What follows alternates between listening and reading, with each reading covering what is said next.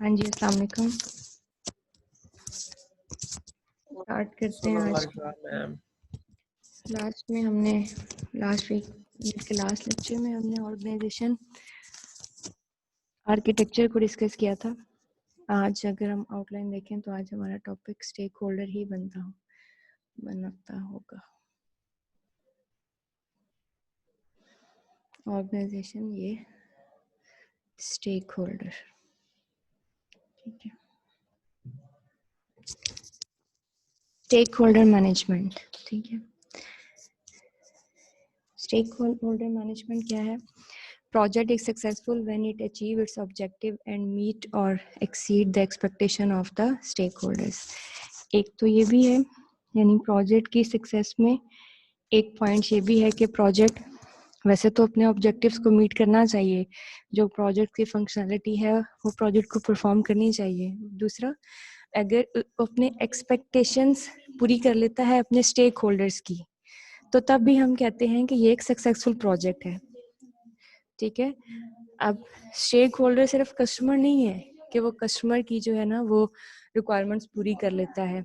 Stake holders are individual who either care about have a vested interest in your project. ऐसे तमाम लोग जिनका आपके प्रोजेक्ट में इंटरेस्ट है वो आपके क्या कहलाते हैं? Stake holder.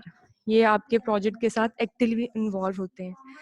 कौन कौन से होते हैं स्टेक होल्डर्स? ये आपके स्टेक होल्डर्स हैं सारे। ये एक्सटर्नल स्टेक होल्डर्स हैं, ये इंटरनल है सारे। इसमें टॉप मैनेजमेंट आ जाती है, प्रोजेक्ट टीम मेंबर्स आ जाते हैं, मैनेजर आ जाते हैं, पीयर्स आ जाते हैं, रिसोर्स मैनेजर्स आ जाते हैं, इंटरनल कस्टमर्स आ जाते हैं, कॉन्ट्रैक्टर, सब कॉन्ट्रैक्टर, सप्लायर, एक्सटर्नल कस्टमर और गवर्नमेंट, ठीक है। ये आपके एक्सटर्नल कॉन्ट्रैक्ट स्टेक होल्डर्स हैं, ये आपके इंटरनल स्टेक होल्डर्स हैं। अब इनकी डिटेल्स पढ़ लेते हैं पहले। Top management. टॉप मैनेजमेंट जैसा कि अपने नाम से ही लग रहा है कि इसमें प्रेसिडेंट, वाइस प्रेसिडेंट या ऑर्गेनाइजेशन है तो ऑर्गेनाइजेशन के जो टॉप लेवल के होंगे लोग वो इसमें आ जाते हैं सारे। और ये देखें यहाँ पे भी टॉप मैनेजमेंट में include president of the company, vice president, director, division management, ठीक है। ये सारे लोग जो आते हैं वो टॉप मैनेजमेंट में आते हैं, जो मोस्टली डिसीजन मेकिंग करते हैं, ठीक है। जो खास तौर पे अप्रूव करते हैं चीज़ें, ठीक है। ये प्रोजेक्ट से उस तरह से बनाने वालों में से तो नहीं होते कि इन्होंने प्रोजेक्ट बनाना है। हाँ, प्रोजेक्ट के लिए कोई डिसीजन चाहिए तो उसके लिए इनकी अप्रूवल ज़रूरी होती है, ठीक।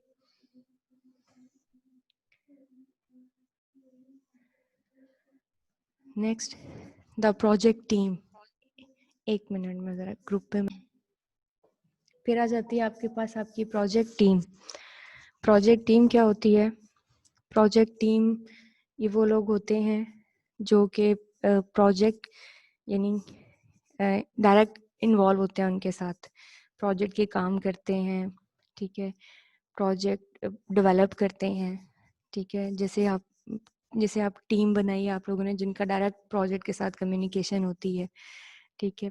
ये सारी आपकी क्या कहलाएगी? Project team. इसमें मुख्तलिफ मेंबर्स होते हैं जो एक दूसरे के साथ जो है एक दूसरे को सपोर्ट करते हैं, कोऑपरेट करते हैं।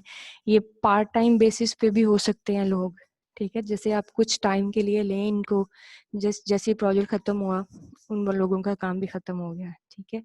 ये आपके ऑर्गेनाइजेशन के अंदर से रेगुलर लोग भी हो सकते हैं जो कि हमेशा आ सकते हैं।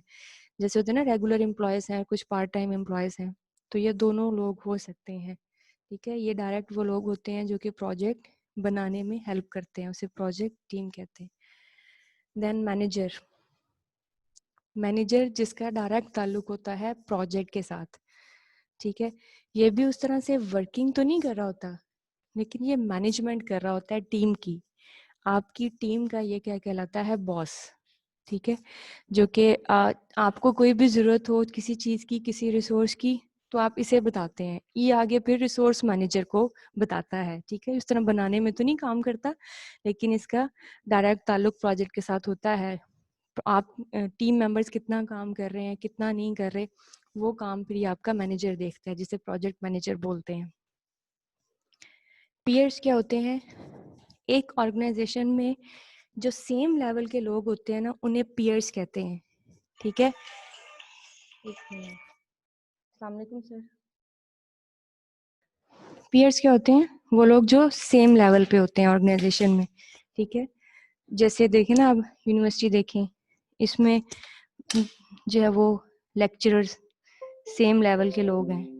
ठीक है, जैसे आईटी में भी लेक्चरर्स हैं 17 स्केल पे, इसी तरह से वहाँ पे भी लेक्चरर्स हैं 17 स्केल पे साइकोलॉजी डिपार्टमेंट में। तो हमारा लेवल ऑर्गेनाइजेशन में सेम है। ठीक है, तो ऐसे लोगों को कहते हैं पीयर्स। हम एक टीम में ना सही, हमारा एक प्रोजेक्ट में काम हो भी सकता है और नहीं भी। ठीक है, फर्स्ट लाइन अगर देखें ना, peers are people who are at the same level in the organization as you are and may or may not be in the project team. Project team का हिस्सा हो भी सकते हैं और नहीं भी हो सकते हैं। ठीक है, जैसे आप देखें ना, एडमिशन का टास्क चल रहा है, तो कुछ लोग उसका हिस्सा हैं और कुछ लोग नहीं हैं, लेकिन वो भी यहाँ के टीचर्स हैं। ठीक है, वो उनका भी सेम लेवल है। तो सेम लेवल के लोग जो होते हैं ऑर्गेनाइजेशंस में, उन्हें हम क्या कहते हैं? पीयर्स बोलते हैं। फिर जो एक प्रोजेक्ट पे काम कर रहे होते हैं, उन्हें क्या बोलते हैं? Project team. ठीक है, जो एक लेवल पे, जो एक प्रोजेक्ट पे काम कर रहे होते हैं। Then resource manager. Resource manager क्या होते हैं आपके पास?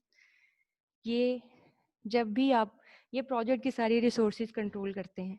जैसे यहाँ पे हमारे सर आबिद रफीक हैं, रिसोर्स मैनेजर। किसी को प्रिंटर चाहिए, मार्कर चाहिए, बोर्ड मार्कर चाहिए, प्रिंटिंग पेपर्स चाहिए, स्टेपलर चाहिए, पिन्ने चाहिए, वो उनको रिक्वेस्ट देनी पड़ती है। वो रिसोर्स मैनेजर है कि टीचर्स ने कितनी कितनी चीज़ें ली हैं, एक महीने में इतनी ले सकते हैं, उससे ज़्यादा नहीं ले सकते। वो सारी चीज़ें मैनेज वो करते हैं। ठीक है, स्टोर कीपर बंदा है, वो सारे काम करता है, और वो रिसोर्स मैनेजर है यहाँ के। ठीक है, रिसोर्स मैनेजर एक ऐसा पर्सन है जो ऐसी ऐसी पोजीशन पे होता है जो कि सारे अदर मैनेजर्स को जो भी रिसोर्सेज चाहिए वो उनको क्या करता है? मैनेज करता है, देता है, उनको लेके देता है पीपल्स को। इंटरनल कस्टमर क्या होते हैं? कस्टमर दो तरह के हो सकते हैं, इंटरनल और एक्सटर्नल। ठीक है, इंटरनल आपके पास 2 मिनट में निकालो, ये खत्म। इंटरनल कस्टमर आपके पास क्या होते हैं? जैसे एडमिशन सिस्टम हमने बनाया यूनिवर्सिटी ने, इसको एम्प्लॉयज भी यूज कर रहे हैं, मतलब हम लोग भी यहाँ से इसे यूज कर रहे हैं, और इसे एक्सटर्नल भी यूज कर रहे हैं। मतलब जिन्होंने एडमिशन लेना है, जो बाहर के लोग हैं यूनिवर्सिटी से, वो भी उसे यूज कर रहे हैं, और इंटरनली भी यूज हो रहा है। हम लोग जो है वो इंटरनल कस्टमर कहलाएंगे, जो बाहर के लोग यूज कर रहे हैं इस सिस्टम को, इस प्रोजेक्ट को। ठीक है, वो एक्सटर्नल कस्टमर कहलाएंगे। ठीक है, तो इंटरनल होते हैं कि जो आपकी ऑर्गेनाइजेशन के अंदर से ही लोग होते हैं जो इस प्रोजेक्ट को यूज करते हैं, आपके सिस्टम को यूज कर सकते हैं। वो आपको एक्सेप्ट भी कर सकते हैं, रिजेक्ट भी कर सकते हैं। ठीक है, हमने जैसे उन्होंने कहा कि आपको एक लॉगिन्स देंगे, हमने वो रिजेक्ट करके उसको ठीक करवाया कि नहीं, हमें हर पर्सन के अलग अलग लॉगिन्स चाहिए। तो ये इंटरनल कस्टमर होते हैं आपके पास। एक्सटर्नल कस्टमर क्या होते हैं? ये आपके प्रोजेक्ट के बाहर के लोग, मतलब आपके ऑर्गेनाइजेशन के जो बाहर के लोग होते हैं, वो आपके क्या कहलाते हैं? External customer. जैसे कोई गाड़ी बनाने वाली कंपनी है ना, नीचे एग्जांपल दी हुई है, तो ऐसा तो नहीं होता ना कि वो गाड़ी बनाई जिस कंपनी में है, उसके अंदर के लोग उसे यूज नहीं कर सकते। वो भी उस गाड़ी को खरीद सकते हैं, जो उस कंपनी के अंदर के लोग हैं, और बाहर के लोग भी उसे खरीद सकते हैं। ठीक है, जब कंपनी के बाहर के लोग उसे खरीदेंगे तो वो हम कहलाएंगे एक्सटर्नल कस्टमर। जब कंपनी के अंदर ही के लोग उस प्रोजेक्ट को परचेज करेंगे तो हम कहलाएंगे इंटरनल कस्टमर। देन आ जाती है आपकी गवर्नमेंट। गवर्नमेंट क्या होती है आपके पास? ये आप जो भी अपने प्रोजेक्ट में चीज़ें यूज़ करते हैं, वो कोई ऐसी चीज़ तो आपने यूज़ नहीं की जिससे आप किसी लॉ को जो है ना, मतलब वो आप उसके अंदर नहीं करे, लॉ को आप जो है ना वो तोड़ रहे हैं। ठीक है, आप वायलेशन कर रहे हैं रूल्स की, कोई ऐसी चीज़ तो नहीं आप कर रहे हैं उसके अंदर। इसमें आपकी बैंकिंग, मिलिट्री, वो सारी चीज़ें आ जाती हैं कि आप उनको, उनके रूल्स तो वायलेट नहीं कर रहे हैं। तो वो ये चीज़ चेक एंड बैलेंस होती है। तो इसलिए गवर्नमेंट भी आपका स्टेक होल्डर बनती है, क्योंकि वो प्रोजेक्ट बेशक यूज नहीं कर रहे, बेशक वो बना नहीं रहे, लेकिन इनडायरेक्टली उनका प्रोजेक्ट के साथ ताल्लुक तो है। यानी आपने कोई ऐसा प्रोजेक्ट तो नहीं बनाया जो कि क्रिमिनल्स के लिए है, जिससे क्रिमिनल्स को कोई आसानी हो रही है। ठीक है, तो वो जाहिर सी बात है बैन कर दिया जाता है। जैसे टिकटॉक ऐप थी, वो क्यों बैन की गवर्नमेंट ने? गवर्नमेंट का उसके साथ कोई डायरेक्टली तो ताल्लुक नहीं था, ना वो उसे यूज करिए ना उसे बनाने वाली, लेकिन उसने एक्शन लिया। इसका मतलब है वो स्टेक होल्डर है, ठीक है, यानी उसका प्रोजेक्ट के साथ डायरेक्टली ना से ही इनडायरेक्टली ताल्लुक जरूर होता है। देन कॉन्ट्रैक्टर, सब कॉन्ट्रैक्टर एंड सप्लायर्स ये आ जाते हैं। कॉन्ट्रैक्टर्स, आपको पता है कि जब हम बाहर से कोई चीज़ बनाते हैं या हम या पूरा प्रोजेक्ट बाहर से बनवाए कोई कंपनी, तो वो उसके कॉन्ट्रैक्टर्स होते हैं, ठीक है। कॉन्ट्रैक्टर्स डायरेक्ट होते हैं, देन फर्दर कोई पार्ट किससे बनाते हैं वो आपके सब कॉन्ट्रैक्टर्स हो जाते हैं। और सप्लायर क्या होते हैं आपके पास? सप्लायर क्या होते हैं? डिलीवर करते हैं जी, सप्लाई करते होते हैं हमें। हाँ, जो सप्लाई करते हैं चीज़ें, ठीक है। आपको जो भी चीज़ चाहिए, आपको ये इलेक्ट्रिशियन चाहिए, कारपेंटर चाहिए, आपको नेटवर्क कंसल्टेंट चाहिए, ये बाहर के लोग होते हैं, ठीक है। जैसे अब हमारी ऑर्गेनाइजेशन के अंदर हमने एक नया रूम बनाया है, उसके अंदर हमने नेटवर्किंग करवानी है, तो ये हम बाहर से बंदा कॉन्ट्रैक्टर हायर करेंगे ना।